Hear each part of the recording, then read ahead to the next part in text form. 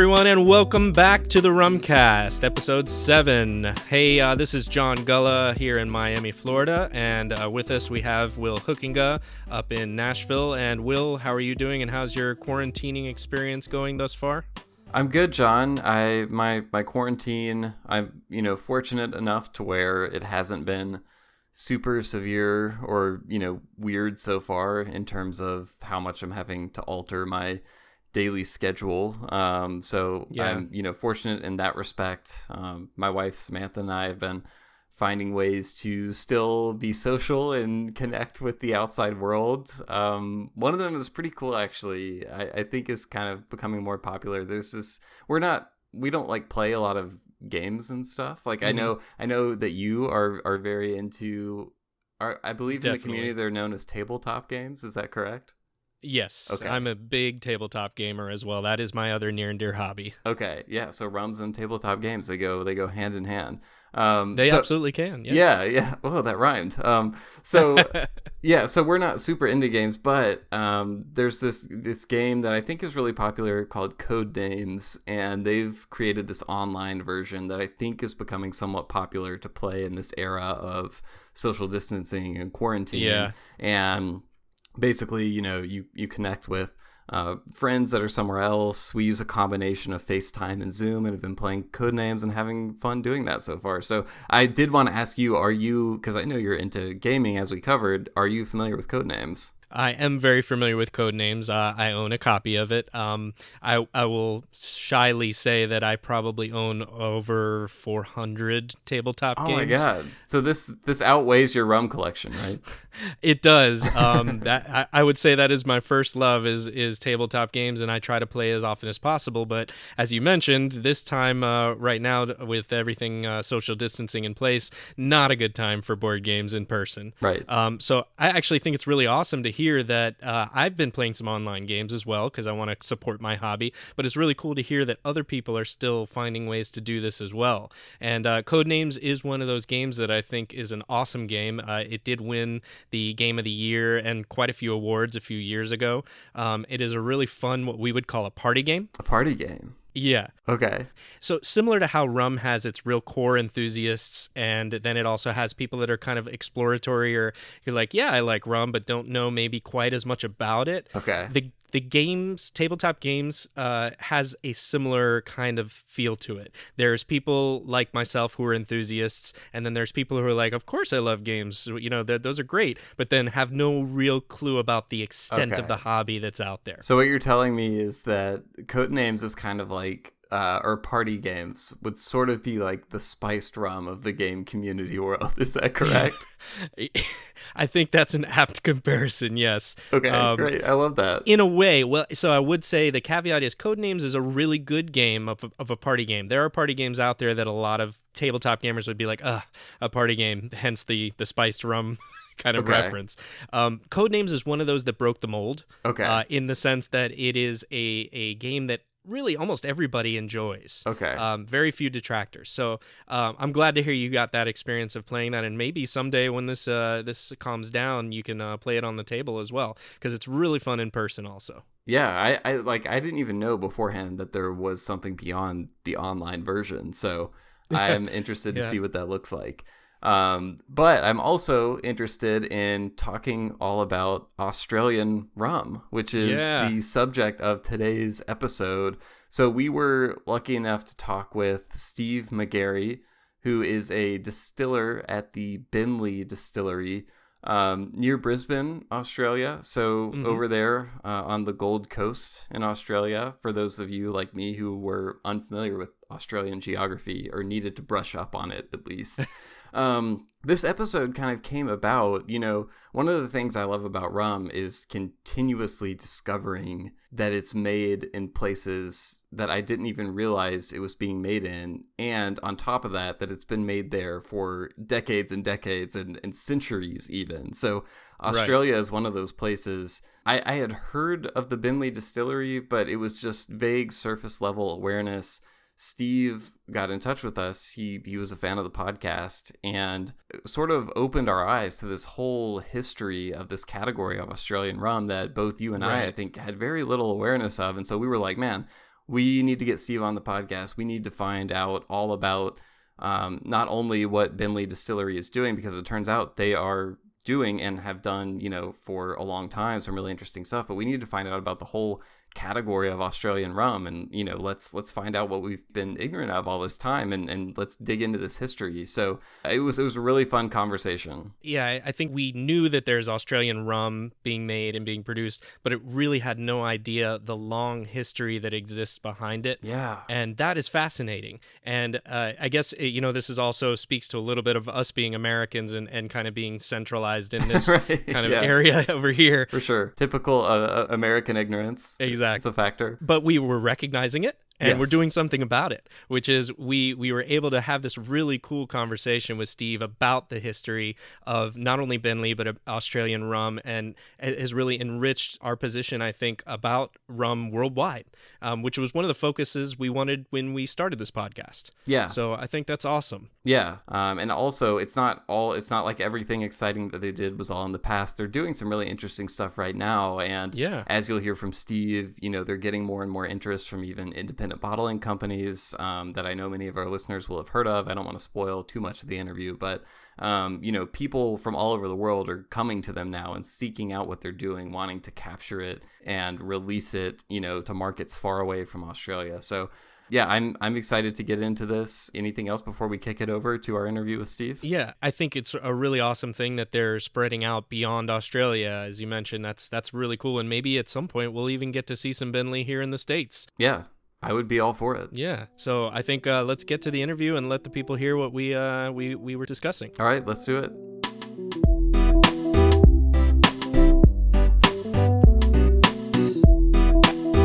All right, so we are here with Steve Magarry from Beenleigh Rum. Steve, how are you doing over there in Australia today? Great, thanks, guys. It's a pleasure to be with you. Yeah. So I think it's always best to start. I'd love for you to just share a little bit with us about your role at Beenleigh and how you got started there. Okay, yes. So I've recently joined the Beenleigh Artisan Distillery, which happens to be the oldest operational distillery here in Australia. We've been going 136 years since 1884, and my role here is the distillery production manager. So the importance and the history of Australian rum is not lost on me. I'm actually humbled every day that I get, and the privilege that I get to work towards creating a legacy for the future of Australian rum, and not just its history. To keep it brief, a decade ago, I was undertaking a research PhD in biorefinery. Oh, wow. To create renewable fuels. And so part of that process was extracting ethyl esters, actually from algae. Oh, okay. For fuel sources, but also for high value products like omega-3s, your omega-6s, and those kind of products. So from that focus, I was actually headhunted by a US biofuel startup company, and they were expanding into a pilot project out here in Australia, where we were looking at both ethanol fermentation and distillation for fuels, but also extracting the oil from the algae for biodiesel and higher value products. Wow. So from that, then I saw the commercial realities, the successes and failures. And along that journey, I started to pick up on the craft distilling boom over in North America and the UK. Right. And out of that, I thought, well, okay, it's only a matter of time till distilleries start really popping up across Australia, which we have obviously seen more recently. And if I fast forward a couple of years, I happened to relocate to the US and spent quite a bit of time over in the UK with my wife. And we were based in Florida at the time, and we considered starting up a rum distillery or Caribbean-style rum to export back into the Australian market. So we relocated back to Australia, and just prior to joining here at Beenleigh, I was the coordinator for a rum distillery in North Queensland, in the middle of where about 40% of Australia's sugarcane is grown. Okay. And so that in those areas, the sugar industry is the lifeblood of the local communities. And now today we're based on current events. We're manufacturing, dispatching our high-strength ethanol as quickly as possible for hand sanitizer. out to our local state health departments and emergency services for this COVID or coronavirus crisis. Yeah. I saw that on Facebook when you guys had posted that, and that's really amazing. In fact, I had that on my list. I didn't want to make it a focus of this interview, but I had that on the list to ask you in terms of like, how does that happen with a decision process being made to kind of say, okay, we're stopping rum, we're going to do hand sanitizer. Can you kind of talk a little bit more about how that happened in the last few days or weeks? Sure. With our production facilities here at Beenleigh, we have both a pot and a triple column in our setup. So we do produce high strength neutral cane spirit, and as we do offer vodka and gin products as well that we can distill. So based on what's going on at the moment, we've actually stopped our rum focus, and we're 100% focused on our neutral spirit, which is then being manufactured for the focus of hand sanitizer across and a supply across Australia. And was that like just something you and a few people got together and you said, you know what, we need to pitch in and we need to help out with this, and you just went for it? Or was there like a significant process that had to happen? And basically, we were approached by the local state government as one of a handful of state large column still or ethanol distilleries in Queensland, where we are, and with our owners of the company and collaborating with the state government to look at manufacturing this hand sanitizer as quickly as we can and getting it out to particularly to government departments, hospitals, also police, emergency services. Yeah. Fascinating. Yeah, it's been pretty amazing to see. We've seen similar over here in the States, lots of craft distilleries jumping in and manufacturing that high proof alcohol, to be used in sanitizer for, various hospital organizations, government organizations, you name it. So it's inspiring to see, you guys all the way over there on the other side of the world jumping in, to try to help out, fight the same thing. Yeah. On behalf of a lot of people, we just want to say thank you. And to all the distilleries that have done that. So yeah, thank you. Thank you so much. Absolutely. Yeah, thanks for that. And we're simply doing, and I think we all recognize, we're all doing everything we absolutely can. And yes, I've seen the same thing on this side, looking over at what the US and UK distilleries are doing. But I absolutely will back up that basically the Australian distilling industry is 100% behind doing this as well. Again, as quickly as we can, getting out to as many people as we can. Awesome. Well, Steve, I want to return to something you mentioned. You brought up kind of Australia's long history with rum, and one of the things that I felt a little sheepish about, I guess, going into this interview was how much of it I was completely unaware of. It was one of the reasons I was excited to talk to you. Was I feel behind in catching up on everything that's been happening in Australia and rum, like you said, going all the way back to the 19th century. So I know many of our listeners are kind of in the same boat, and I'd love, first of all, you alluded to it a little bit, but how far back does rum in Australia go? And can you give us a little insight into what the industry has looked like there historically, just for context? Sure. Very few people realise or understand there's actually 150 years of rum history in Australia back to the 1860s. Wow. And with that, when you really look into what was happening back in the late 1800s, there was amazing volume output from some of these distilleries. Now, if I wind it back further, in the early days when Sydney was first settled, there was rum coming out of the British colony in India, Bengal rum. And at that time, it was prized in the colony. But again, even more so was the Jamaican rum, considering the tyranny of distance from bringing it over from the Caribbean. We get to 1808, and then we have in Australia the infamous Rum Rebellion, and which was largely a political arm wrestle at the time, and actually involved Captain Bligh, which is the one and the same in the Mutiny of the Botany, and we see a couple of rums out there today with his name on them. Okay. I guess during these early days in our Sydney colony at the time, the rum was esteemed, and it was basically used as a bartering currency. So much so that the importers at the time They were importing the rum from India, but they almost faced bankruptcy because very few people at the time actually had a currency or money to pay their bills. They were actually trying to trade the rum back to the importer themselves. Wow. So moving on from there, 1823 was the first commercial distillery in Australia, but it was using imported milled sugar. Okay. To be able to manufacture the alcohol.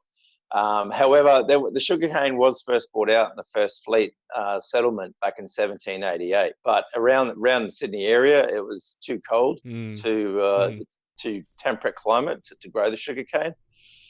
So then we start getting forward into the 1850s and further up the Australian coastline, more tropical climates, and around the Brisbane area, which is where Beenleigh is actually located. So in the 1850s, 1860s, we really start to see the sugarcane industry here start to expand.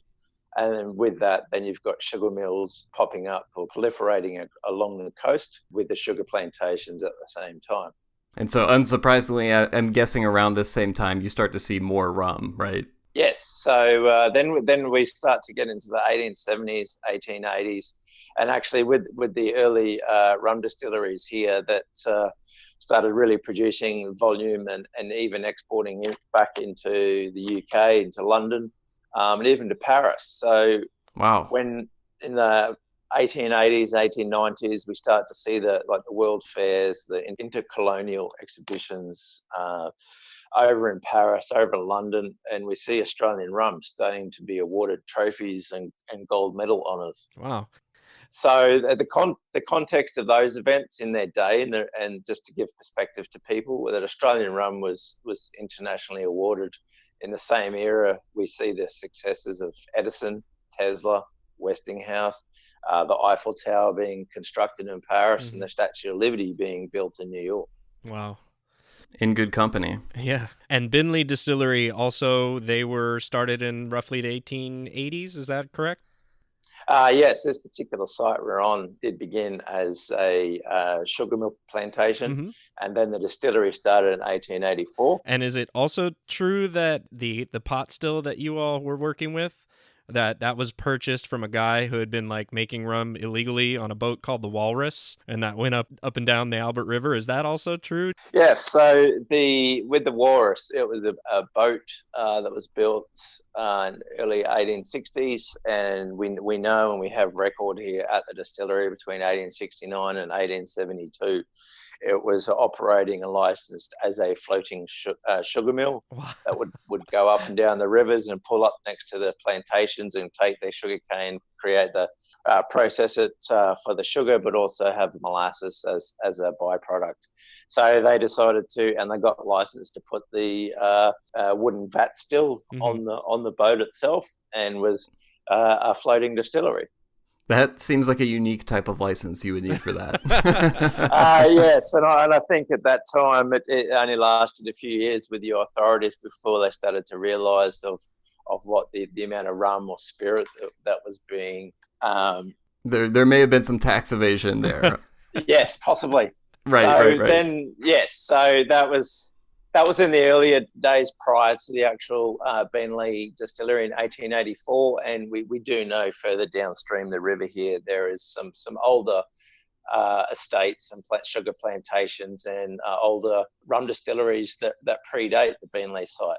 Wow. And so Steve, I know you had just signed on with Beenleigh back in January, correct? Yes. Okay, and you had mentioned that the Beenleigh's history is not lost on you, and obviously you know quite a bit about that and about Australian history of rum. So I kind of wanted to ask if coming to a distillery that has such a long history itself, if you view that as a kind of a special challenge for you, or is that maybe perhaps more of a comfort to you? And, what are your first thoughts? You get the job, and now what are your thoughts? Oh, just the absolute privilege to work amongst this site and this history every day. I purposely actually first thing I do every day is take 5 or 10 minutes just to walk through particularly our original warehouse, and we've got maturation vats here that are 130-year-old vats, 100-year-old vats. Wow! And just to soak up the smell, the sights. Yeah. Just to take it on board and to send to me each and every day. It's fantastic. It sounds like rum meditation. I love it. I do try. So I do want to shift the focus a little bit to the rum you're making now at Beenleigh, and I think for me, the place I always like to start with is the raw ingredients. So I know you're using molasses, the yeast, the water. Talk us through just where your materials come from right now. Yes, absolutely. Those three ingredients. We are 100% molasses focused. And as I mentioned, originally back to 1884, this site was a sugar mill operation and plantation. Mm-hmm.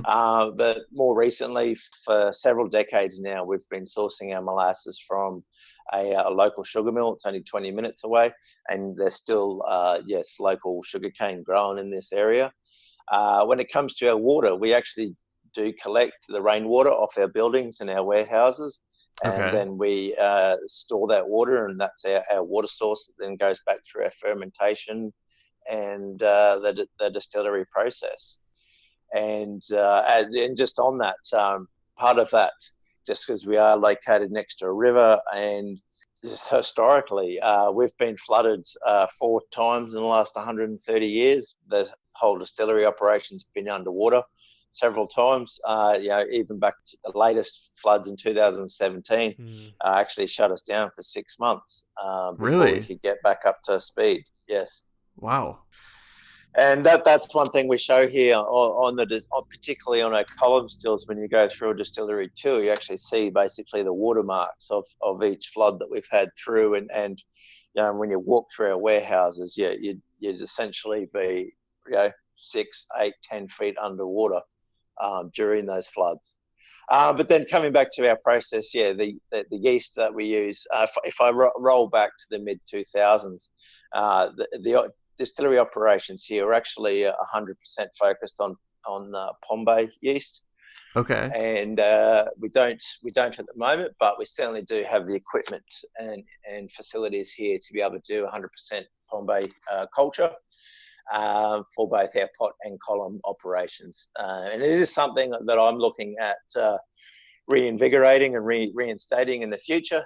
But right now, our focus is just on the current issues at hand with this hand sanitizer and those things, but just really ramping up our particularly our pot rum production.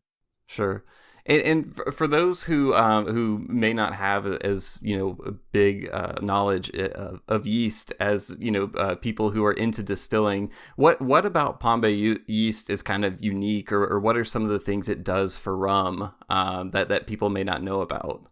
Oh, it's just basically the slower growing yeast. It does tend to longer fermentations, slower fermentations, and this is what we see over in the Caribbean and also in Cuba back in the early mid 1900s, and really trying to create a higher ester or funk or rum product.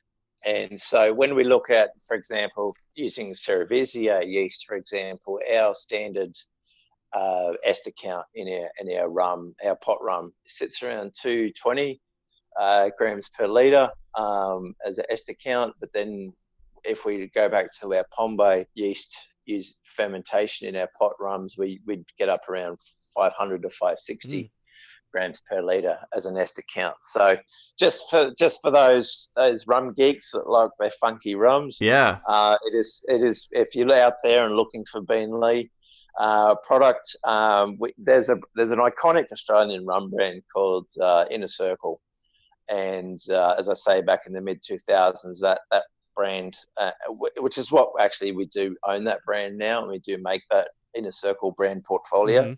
But in that, if you can source a bottle from the mid 2000s, it was 100% Bombay fermentation based distillate, so a higher ester count. Right, and is that all copper pot still, or is that using all the stills you have? Back in that time with the Bombay, it was what we do here is basically a single blended rum, where it is a wash column run first, then it goes through into our pot. Got it. So it is a blend. Okay. Yes. Okay, and kind of thinking about that in mind, and as I was kind of researching the product line myself as well, and learning about the operation, it occurred to me that you've got the copper pot still, but you've also got the two continuous column stills. I was thinking about Australia's long history back to England, and then that you're using 100% molasses as the basis for all your spirits, and so I was thinking kind of like, well, this is probably closer to a British style. Now, having you spoken just now about a lot about the funk and the high esters and Jamaican style, that has me thinking, well, maybe there's some commonality with Australia's style being Jamaican as well, which Jamaican and British are quite close as well. So I was going to ask then, with all those things in mind, how would you explain to somebody who's never had an Australian rum what the kind of profile is? Great question. It's a matter of looking into the history of the rum distilling here and rum brands available in Australia. Until the late 1970s, the Beenleigh rum product was actually all pot distilled. It was put through two separate vat stills, which we do still have on site here. They haven't been used since the 1970s. And then the Beenleigh profile transitioned to a column product. And then more recently, 2004 onwards, it transitioned again into a single blended rum of a wash column first, and then the pot distillation second. But then, if you look across at other brands like Bundaberg Rum, for example, they've always had a wash column and pot process, again single blended rum. And then, if you look historically back to the third main rum distillery in Australia, which was the CSR, or Colonial Sugar Refinery, their Inner Circle rum brand, they were a pot still rum as well. And they used to be, again, back in the 1960s, 70s and 80s, was a 100% Pombe-based product. Now, putting all that together across what would be considered an Australian rum, to me, in my opinion, it actually comes down to the maturation process. Is all three distilleries actually have the commonality that the rum was typically aged in vats, large maturation vats, 100% in those vats. Or it was a combination of vat maturation and barrel maturation. And you see that in the Bundaberg rum operations. You see that here in Beenleigh, and historically I've also seen it and aware of it with the CSR Inner Circle Distillery down in Sydney.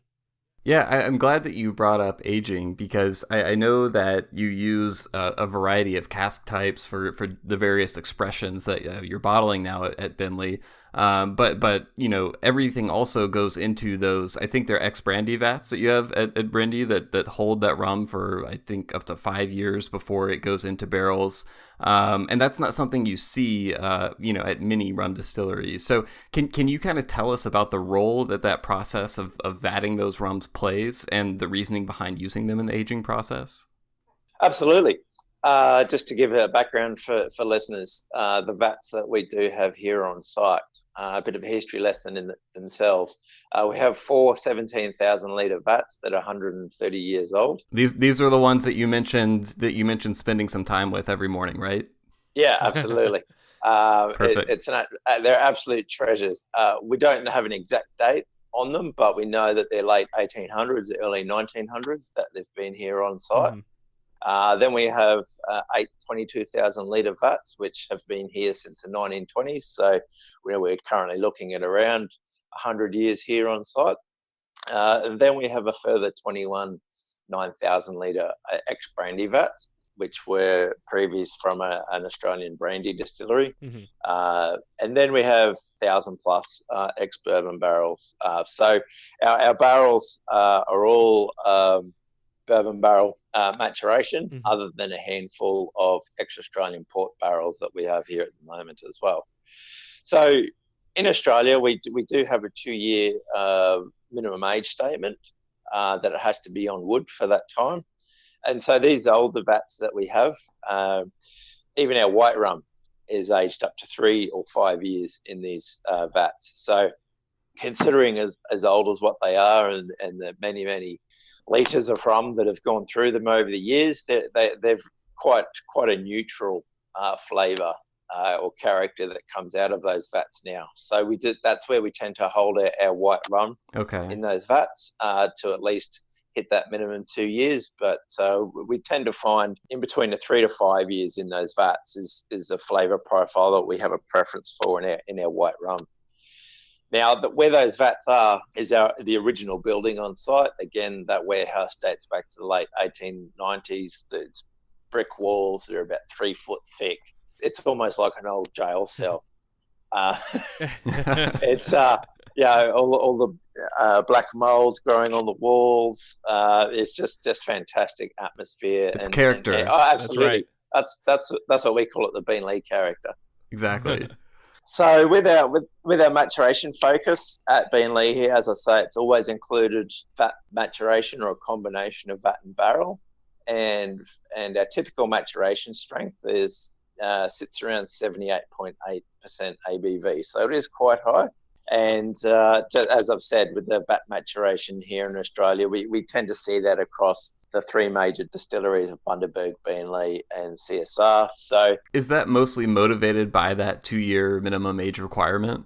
Yes. Like if we historically looked, across the last century, not just in the rum or spirits industries, and even looking at Australian whiskey, you look across into Australian wine industry, and this is one of the reasons why we have the brandy vats here, is that you look at logistically where Australia sits to the rest of the world. We're almost falling off the edge of the map, right? And I mean, we're communicating across separate days right now. That's how far away we are. It's Sunday here in the States, and I know it's very early Monday morning for you. So that definitely gives us an appreciation for the distance. That's it. I got a beautiful sunrise out the window here at the moment while I'm talking to you guys, and taking that in while we're talking about the history of Australian rum.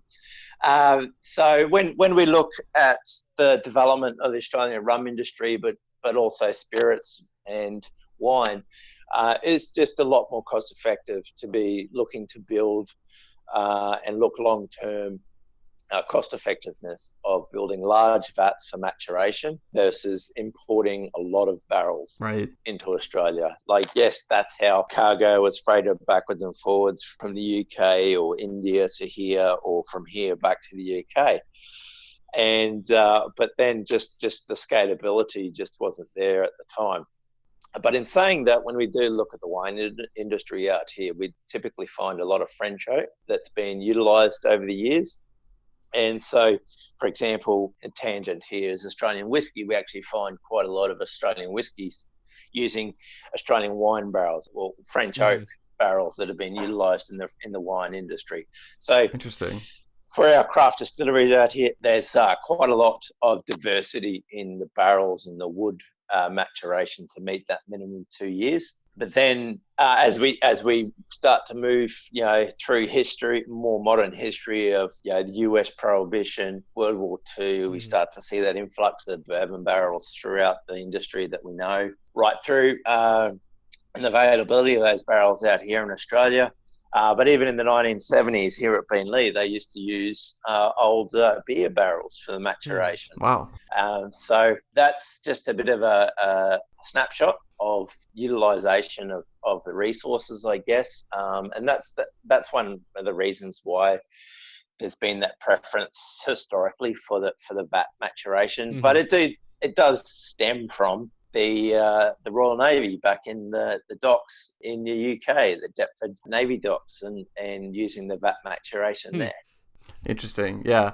And so it sounds, I'm trying to imagine sort of the differences one might pick up in a rum that's been through that vatting process versus one that's been barreled for the duration of its aging period. So it sounds like, it may take on some of the characteristics of wood, but it'll be dramatically less influenced by the wood than it would be if it were, in a 53-gallon ex-bourbon barrel, for example. Is that correct? Oh, absolutely. Like we do have some rum here that is 100% barrel aged from day one. And you absolutely do pick up the differences. The vats are certainly a lot more mellow. or lighter flavour, but it's all a matter of how much those vats have been used previously and how old they are. Like I say, we've got some here, using the numbers of 100 years old, 130 years old. Well, they're very neutral in character, based on, we do have a maturation proof, say here, of 78 odd ABV. So there's certainly not a lot of flavour left in those vats, and some of, as I say, then it's more about us with our 2-year minimum age on wood here. Sure. So yeah, and thinking about all the history that you just kind of went through and giving us that as a background, how does that translate to the current landscape of what Australian rum looks like or has looked like now? In other words, have you seen anything over the last few years that signaled any kind of interest or change relative to what's come before? Has there been any current trends or anything along those lines? Absolutely. As the world, as we know, is getting smaller and smaller through technology, we're definitely in the marketplace here. We're seeing a huge influx of international rums and brands, in front of Australian consumers, or purchasing online or getting direct out of distilleries internationally. So in our marketplace here, with a 2-year on wood rule, that immediately restricts us, or has restricted us in the marketplace for a lot of unaged or products or agricole style products that the rest of the world has available. And until recently, those products just haven't been available in Australia. So it's almost we don't know any different scenario. But then, and this is where the major brands in Australia have had their foothold for so long, and that's where I refer to Bundaberg, Beenleigh, and previously with the CSR rum. Now, the thing is, now with a lot of the new craft rum distilleries coming into the forefront now in the industry, we have these international rums available to us, and the quality of those rums, and they're creating benchmarks for us to evaluate for the quality of what a contemporary Australian rum should be, at a world-class quality. That can compete in the international market. Now, we are very grateful and very positive with the quality of our rum, that it's well accepted in the European market. We're actually, we have several independent bottlers over in Europe that have released Beenleigh Bottlings. And just to give a snapshot of and cover some of those off, we've got the Maison de Whiskey with their Transcontinental rum line. They just released the Beenleigh. Yeah, I've seen one of those labeled Australia, and I was wondering if it came from Beenleigh or not. Yes, it has. Then we also, in France, we have Compagnie d'Indy with their Australia release. Okay. That's a Beenleigh bottling as well. L'Esprit in France as well. They have 2 Beenleigh releases. Rum Artisanal out of Germany.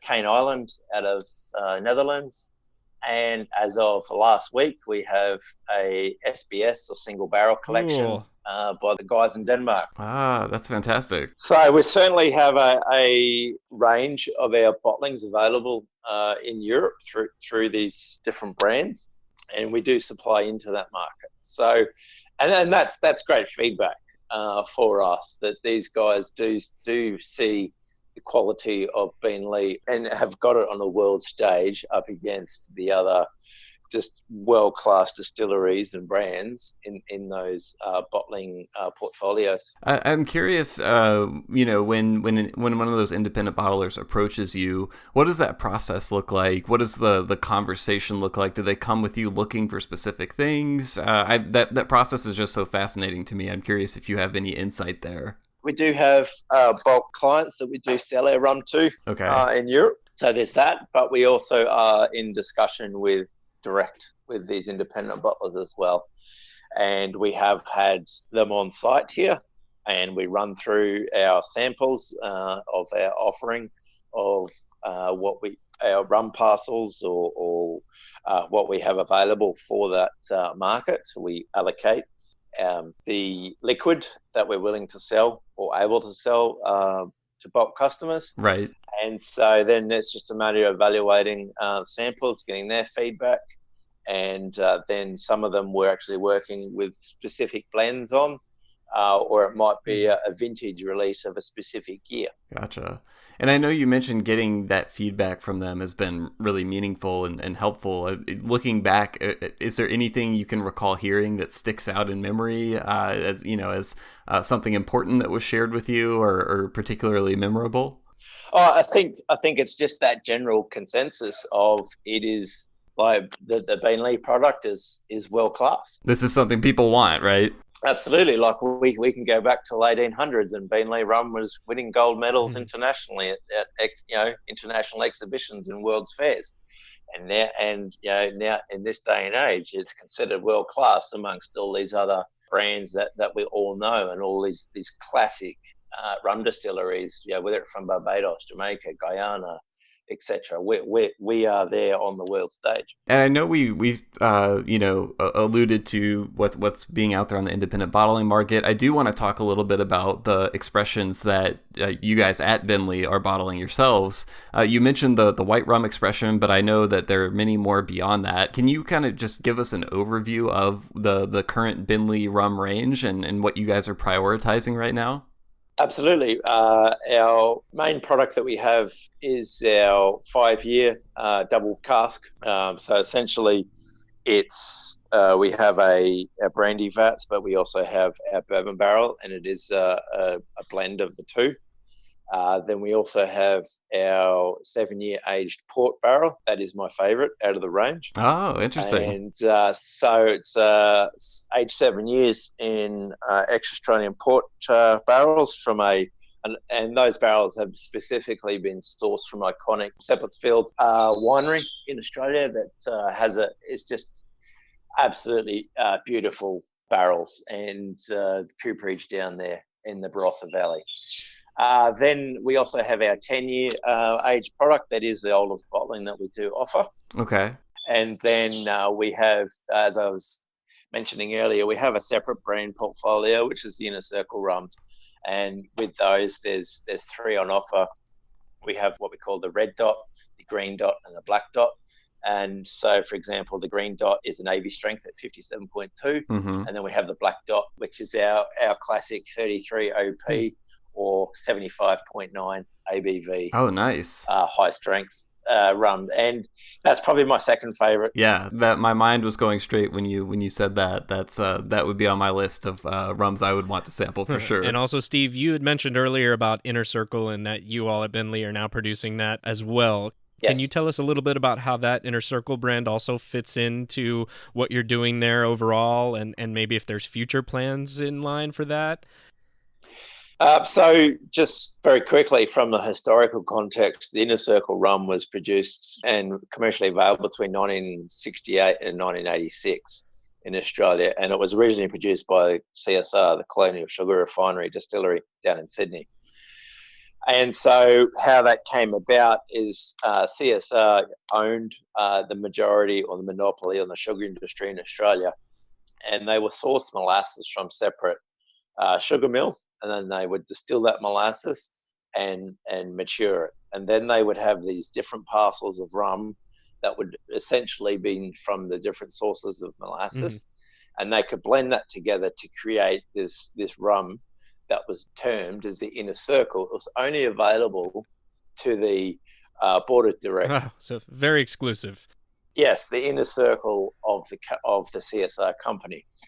So they commercially had that released, and up until the mid 1980s, then it disappeared off the market.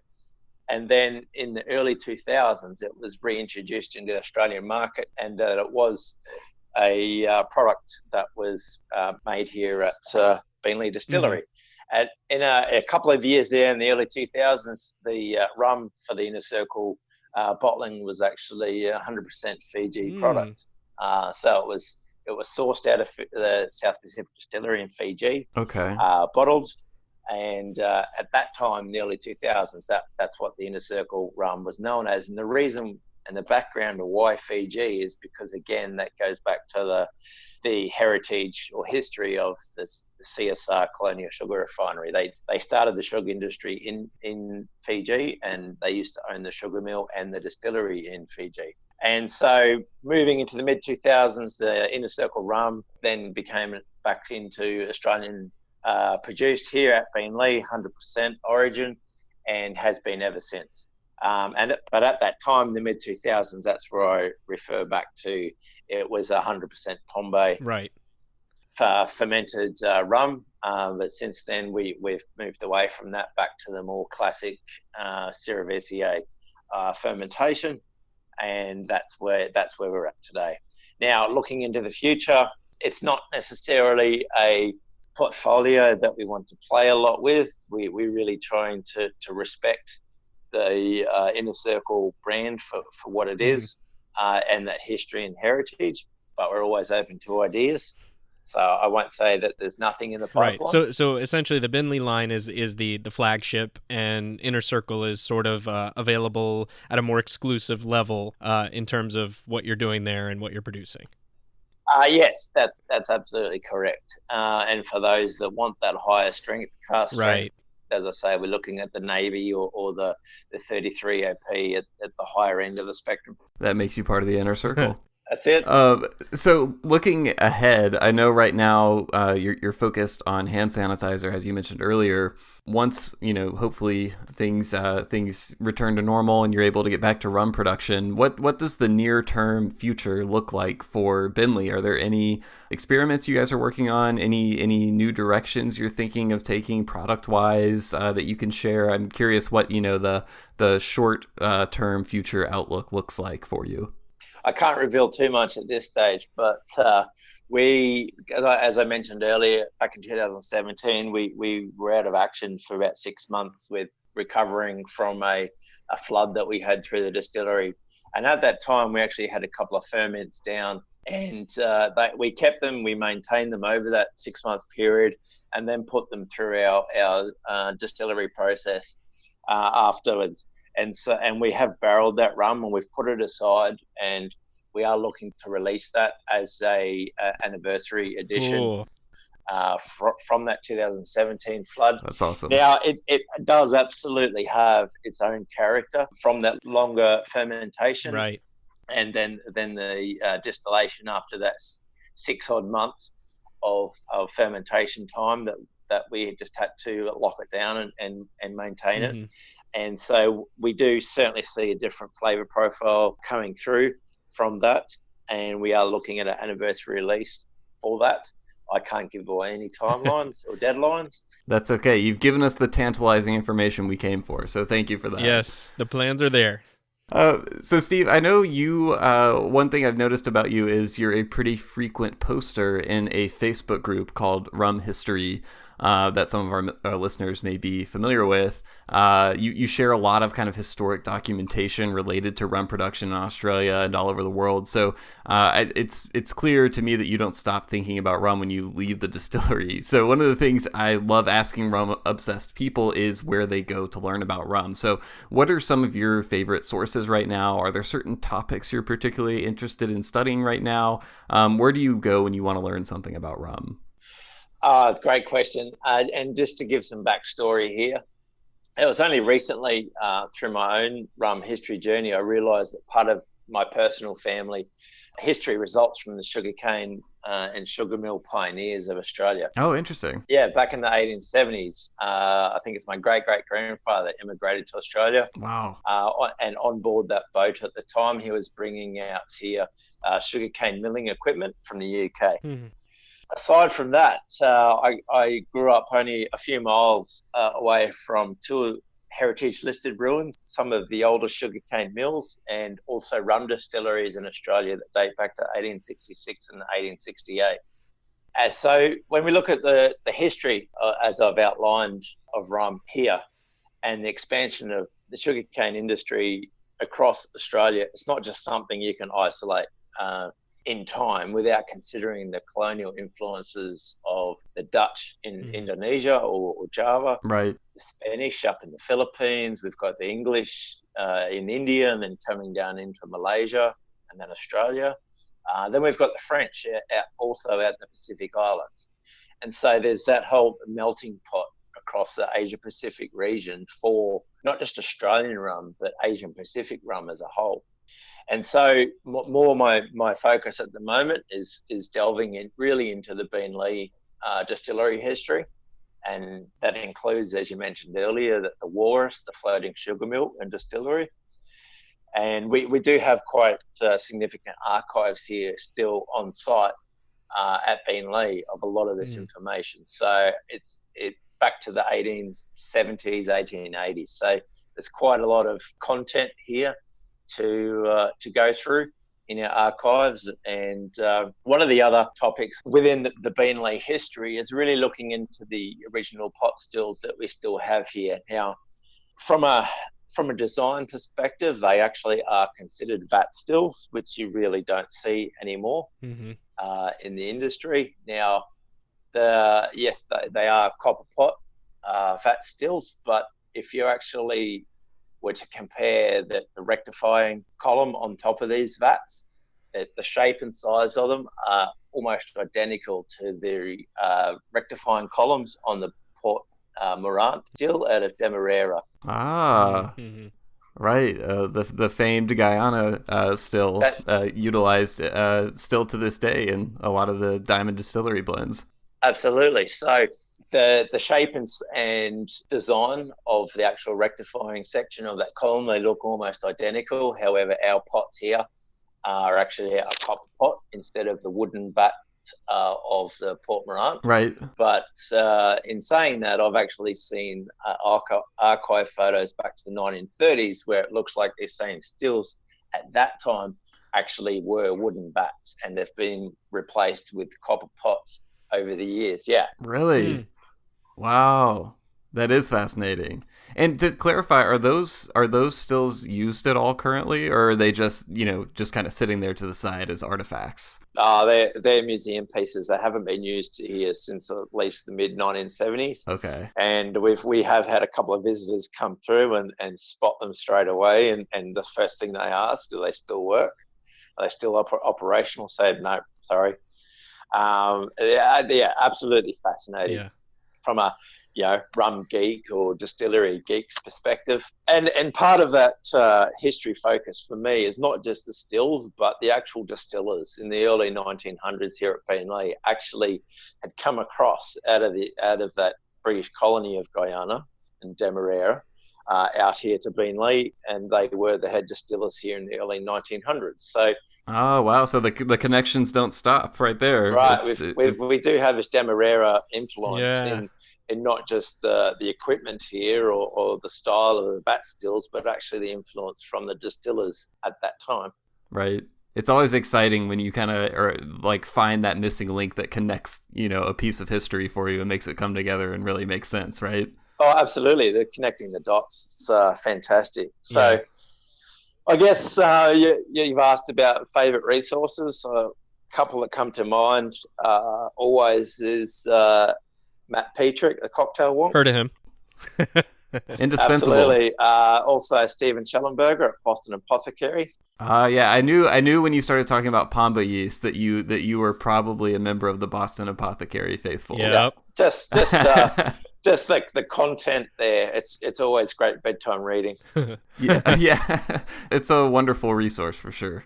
And of course, I can't miss the American Rum Report. Oh wow, well, yeah, thank you very much. It's pretty good. I've seen that guy a few times. He's cool. He's cool. Yeah. Yeah. We do award bonus points for that on this podcast, so I appreciate it. And then also, more modern times, just what Luca Gargano is doing with Valier, with Clarin, and keeping those traditions alive with a traditional rum and cane spirit over in Haiti, but also what he's done with Coroni and the Coroni releases over the years in trying to preserve and maintain that product. And obviously now it's almost be seen as the holy grail of rum. For sure. As for bottlings that are available. Yeah, I actually, on the note of rum resources and Coroni, I just read what I thought was a pretty interesting comparative tasting post earlier today that was published on rumrevelations.com, where he took a Velier Coroni, I think a Black Adder Coroni, maybe a Duncan Taylor Coroni, and did like a blind comparison tasting to all of them. And it was really interesting to me how the results came out. So check that out if you're interested in Coroni for sure. Absolutely. And yes, then there's another basically Australian historian here, John Kerr. He's done a lot of work over the years with the different sugarcane mills, plantations, a lot of the history in Australia, the sugarcane industry. So, and author of several books. So that's where the Australian history comes from for me. But aside from all of that, I'm actually studying the diploma of distilling out of the IBD, Institute Brewing and Distilling over in the UK. Oh, interesting. At the moment. So I certainly keep myself busy. Yeah, I know you told us that you'd been up since 3 a.m., so now I see why. So, Steve, the way we always like to end these interviews is with a segment that John runs where he asks a few rapid-fire questions. So I'll let John transition to that and introduce the concept to you right now. Sure. So essentially the idea here is we're going very quickly through a set of questions, and with brief and short answers as best as possible to get through as many of these as we can in 1 minute. So if you're game, we can do it. Absolutely. Awesome. So just to keep in mind, this is, somewhat silly, somewhat serious, and everything in between, and we just try to have fun with it. So, Will, whenever you're ready. All right. I've got a minute on the clock, and go. All right. Neat or on the rocks? Neat. Column, pot, or blend? Pot. From your perspective, do you think Australians drink rum upside down, or do you think people in the Northern Hemisphere drink their rum upside down? Doesn't matter. It's how you enjoy it. What country not named Australia makes the best rum in the world? Barbados. All right. Your favorite person to share a bottle of rum with? My wife. The internet says it's illegal in Australia to force a kangaroo to drink more than 6 beers. In your experience, would you have to force a kangaroo to drink Beenleigh, or would they do it willingly? Oh, absolutely. You do it willingly. The best rum bar you've ever been to in all of Australasia? Rum bar, Ellie Beach. Is there any truth to the rumor that there exists an inner circle rum that's even more difficult to get than inner circle rum is? It's who you know. It's not what you know. All right. What do you drink when you can't get rum? Scotch. All right. I actually know a dude named Ben Lee here in Miami. Would you be more likely to give him a job as a brand rep or sue him for copyright infringement? Depends what it's worth. All right. That's a minute. I think we have to stop the questions after that one. Thank you, Steve. That was fun. Yeah. Yeah, my pleasure. No worries, guys. Thanks so much, Steve. That was great. We appreciate you waking up extra early to do this interview with us. That's fine. I've got a day of work ahead of me, so anything for the rum world. Awesome. Well, we hope we've made it a great start to a great day there for you, and thank you again. Yeah, my pleasure, guys. All right, everyone. Thank you again for tuning into this interview with Steve Magarry. If you want to learn more about Beenleigh Distillery, you can go to beenleighrum.com.au. That's beenleighrum.com.au. Beenleigh is spelled Beenleigh. Just having to mentally check my spelling there. So check that out. Also, you can find them on Instagram, Facebook, social media. Catch up with them there. You'll also see Steve commenting frequently in different rum groups on Facebook. So I encourage you to go there, check them out, dig deeper into the history of rum in Australia. I hope you found it as fascinating as we did.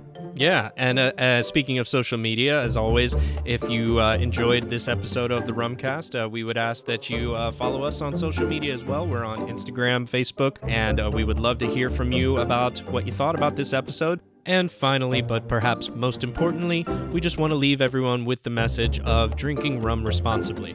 At this time when many of us are quarantined in our homes and have no real place to go and nowhere to be many of the days, and with a great home bar, that it can be enticing for us to drink quite a bit of rum while we're doing that. So we just want to contribute to the message of drinking rum responsibly and drinking in moderation. Thank you all again for listening to this episode of the Rumcast, and we will see you next time. Yep, we'll talk to you then.